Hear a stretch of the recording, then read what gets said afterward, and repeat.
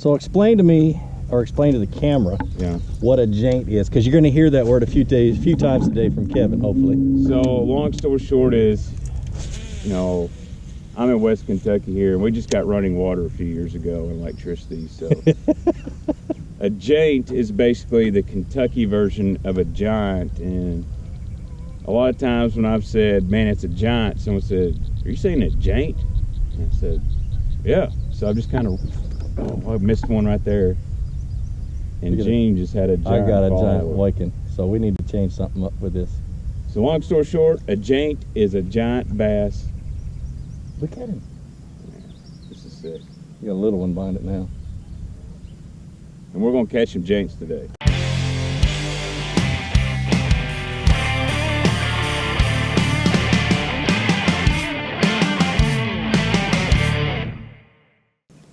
As clear as it is, I can stand on a There it is. Oh, I'm a drag set. That's what the problem was.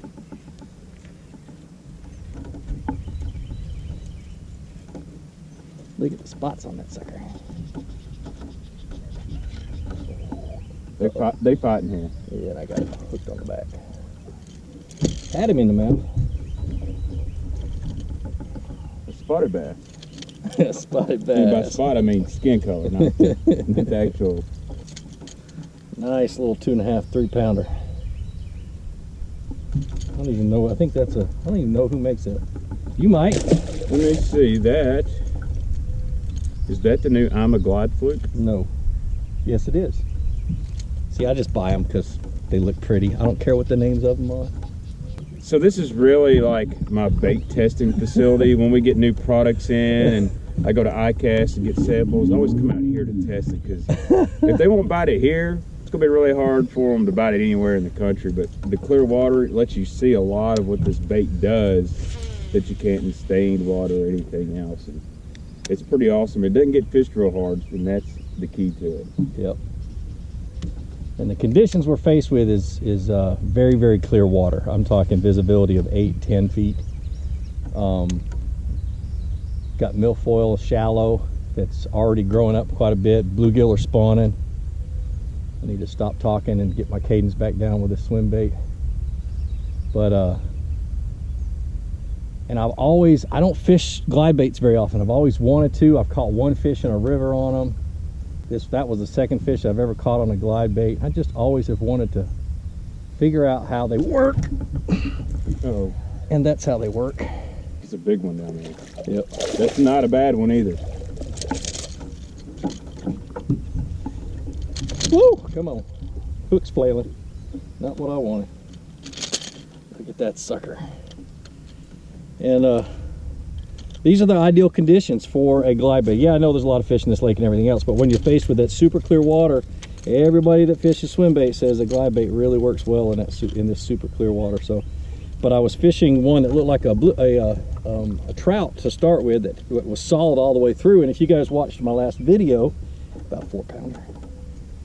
You watched my last video on finesse fishing and on no, the other one on colors and stuff like that. I talk about going to clear baits when the water's clear and the sun's high and you got a sunny day. And that's what I did. Is I went to a clear glide fluke, threw it out, figured out what the cadence was with the reeling, because with the Livingston one, all you gotta do is reel it. You don't have to give it an action with your handle of your rod, and this one you do.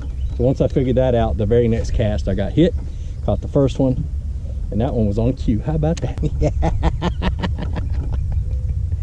I got him all nervous now. You know, a lot of my subscribers haven't seen me fish a fluke ever. I brought some too. Uh-oh. That's a good one. First cast with a fluke. That is a good one. There we go.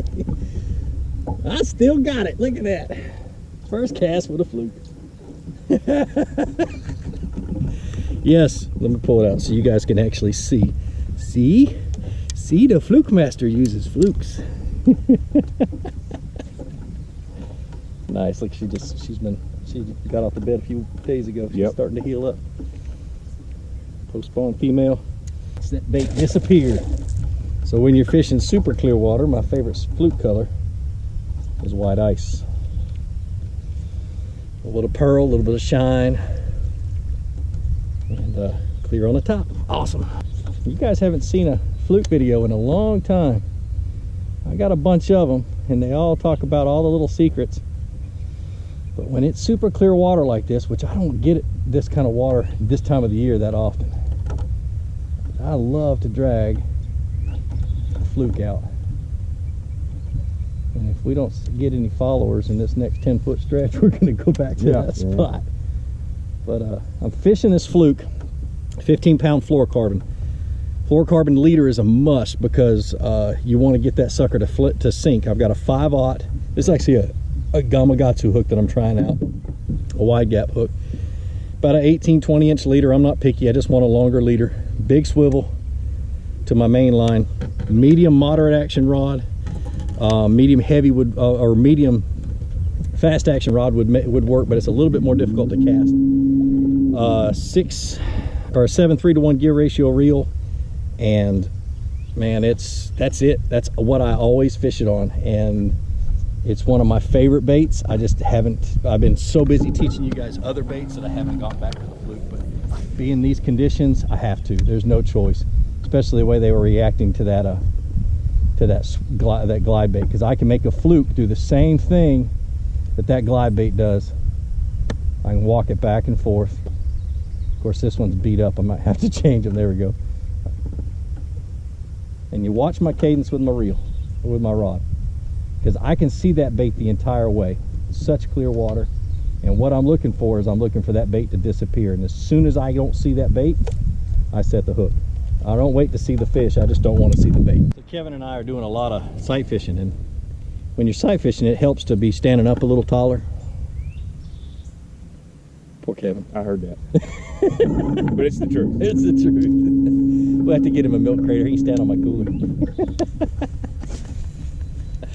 Oh, yep. I'm always nice to my friends.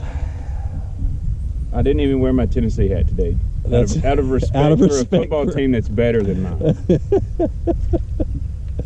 Oh, that's funny. But one thing you guys will learn about me, if I don't pick on you, about a 4-pounder right there, I don't like you. I'll tell you what, it makes a huge difference out here. It's having good polarized sunglasses. You ain't kidding, especially when the water's this clear. Okay, I'm following it. Oh, I got it. I just let him take it. I just sunk it and let him take it. Man, I love sight fishing with a fluke. Oops, sorry, bud. Forgot my rod was so stretchy. That was fun. Oh man, we're gonna have to set the camera up to do some underwater shots. Awesome.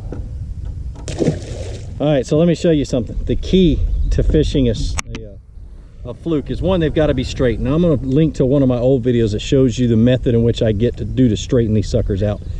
But a lot of times they'll come in the bag all kinked out and the tail be curled and everything else. You don't want that. You want it to be as straight as you possibly can. And then the other key is when you hook it, you want to hook it directly down the center. You don't want to move off to the side any. So you have to be really careful. I love an EWG for this. I love it. My favorite one is a offset round bend, but that's for a different technique. Just make sure you go into the center, come out directly in the center of the bait. Be very careful when you're adjusting things. I'm going to retie that knot. Let me do that right now. You rotate it down. Same thing. You look and you see where that hook's going to go in, and you make sure it comes out centered on the back side. And if it's not, do it again. You want it to sit just like this. There's not a whole lot of grass we're going to be hitting out here deep on, so I'm not going to tuck that tip of that hook in, but that's what it's supposed to look like. It's a great shot of the grass going on the bottom line. Yep. Not my favorite color, but of course I'm not paying attention to what's going on. We're pulling up on the shallows. Yeah. But let's see if there's one hanging out up here on the bluegill beds. There usually is in these little, cuts and ditches through here. Yep. That guy was eating.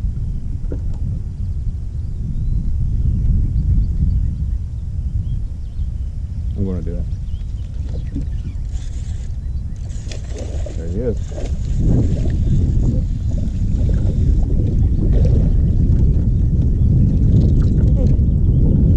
He definitely wanted it. Nice.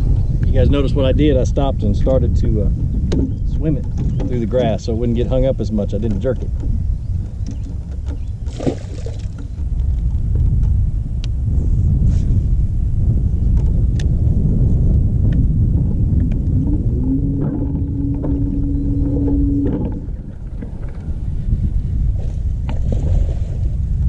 Wearing me out. Wrecking them on a fluke. Wrecking them.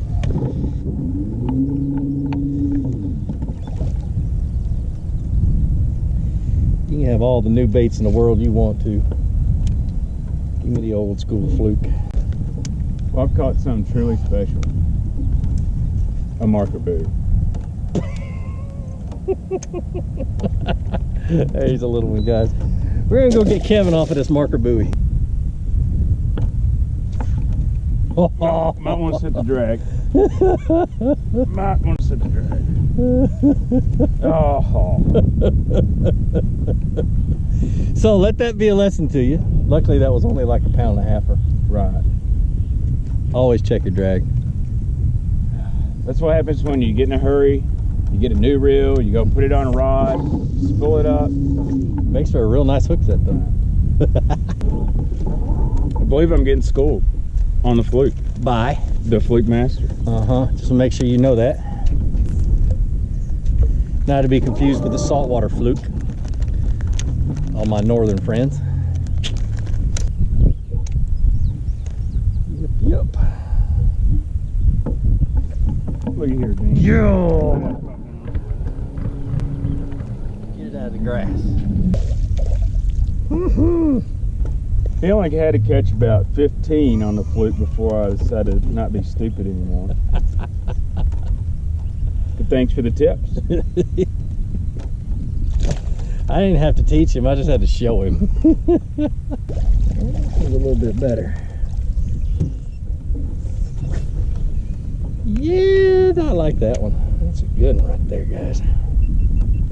We doubled up on flukes. Look at them. You can tell your fish has been through the spawn. It's Yep. They're eating today. They're eating good. Dude, did you see that? Yeah, it was awesome. That was awesome. Not a bad one either. He was in that hole, that dark hole. Yeah.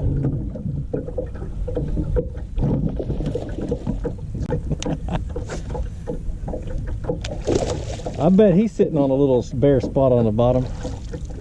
Well, he hammered it. No fish penalty there either. Nope. Just in case for MLF rules today. Good healthy fish. Not staying the fluke. He just wanted to see Gene today. Yeah. So our tip for today is pay attention. If your partner is absolutely whacking them on one bait and you're struggling, probably go put the same bait he's using on. Because you're hard-headed and you don't want to catch fish. Right. The thing is, anglers too, sometimes we get into, well, I'm going to try this and try this and try that. And this is one of those lakes where you can try and try and try and try. Right. And I tried a fluke. I think I'll stick with it for a while. If I only catch one fish off of them.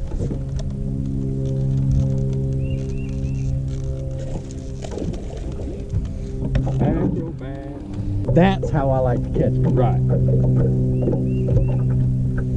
God, I love to catch them like this. Literally, I can catch them all day long like that and just be, I don't care how small they are, I can be as happy as can be. So guys, what I did is I switched to a Texas rig, Rage Bug in Chameleon, which too many of my YouTube friends, Alex Rudd, have let that secret out of the bag, that it's a really good color. A Texas rig it, I got a, I think it's a 1/2 ounce weight, might be a little bit heavier, pegged, and I'm hopping it out of this grass. This grass is not scattered, it's on the bottom, it's tall, but I'm ripping it through the grass. I'm just causing a lot of commotion on the bottom. But letting that sucker go all the way to the bottom and just hopping it. And there's a little point that comes out. Let me turn the camera. Show you. Little point that comes out off of that tree right there. Kind of tapers out, and these bass are sitting on the deep edge of this point. And they're stacked in there. Figured I'd throw something a little different than a fluke, something that went down to the bottom and it makes them want to bite it. Give them a little bit different reaction strike. But you see how I'm using it. Popping it up and let it sink to the bottom on a semi-slack line so I can see that line jump if the fish bite. And I said, for you newbies, when I say semi-slack line, I mean it's got a bow in it, but it doesn't have slack laying on the surface of the water. And that's how you fish 99% of the time. Fish stuff on the bottom, you want to fish it on a semi-slack line. You can tighten it up to move it and that kind of stuff, but when you're letting it fall to the bottom, you want to let it fall on a slack line till it gets to the bottom, and just watch your line on the initial cast. And then when you're hopping it, you want to let it sit on a slack line and follow it with your rod tip to keep that line slack. Oh, I had one. I didn't feel it. I was too busy talking. I mean, I'm no Brett Hike. Freaking hammered it.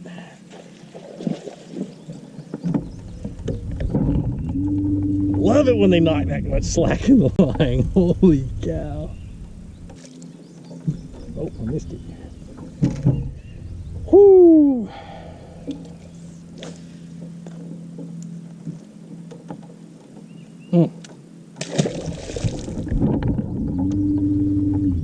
Nice. That one sit on the bottom for a minute before it hit.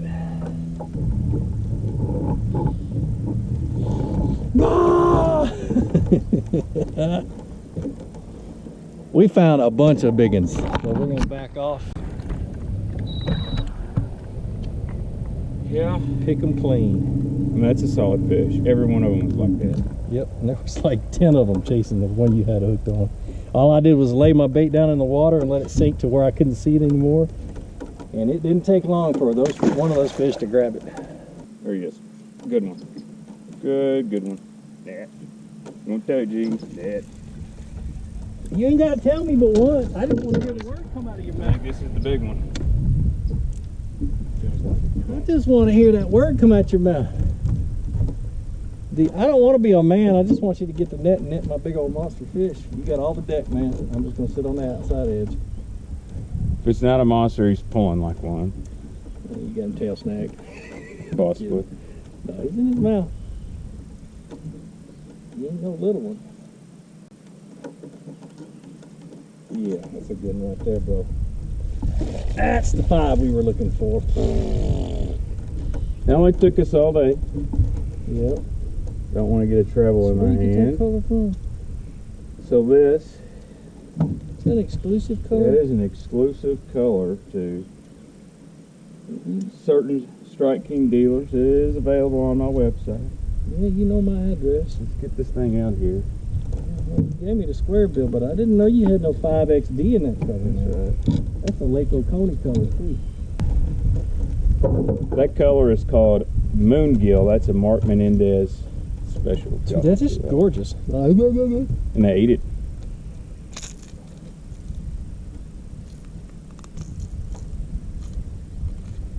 And that's my favorite way to catch a bass that's not on a swim bait, is deep cranking. Here, just hold it. There you go. See if you can show me. Let me give you the close-up of this sucker, as soon as I can get a hold of it. It's kind of like a splatterback bluegill. Yep. The old splatterbacks. And it catches a jank. Jeez. You knew I was going to do that. Alright guys, I'm having an SD card issue, so me and Kevin, we're worn out. We've slapped, I think we caught about 100 fish. Easy. Easy 100. And we're gonna call it a day. It's hot, it's not really that windy, the clouds are starting to roll in. I got about 4 hours to drive before I get to my hotel. He's got work to do because he's a workaholic. That's right. And we're gonna go home. We're gonna go put it on the trailer and head to the house. But I'd like to thank Kevin for having me out here. Absolutely, dude. This is a dynamite place. I mean, this is a special lake. Owners are good, everybody's good out here. But check out Kevin's website, check out his YouTube channel. If you're ever up in northern Kentucky Lake, he's right there next to the dam. He's about to change locations just a little bit, but it's called Kentucky Lake Outdoors. But like I always say, be sure to introduce somebody to fishing. Introduce them to my channel. Let me help you teach them how to fish. More importantly, get out on the water, go out and catch some fish. Have a great day. We'll see you.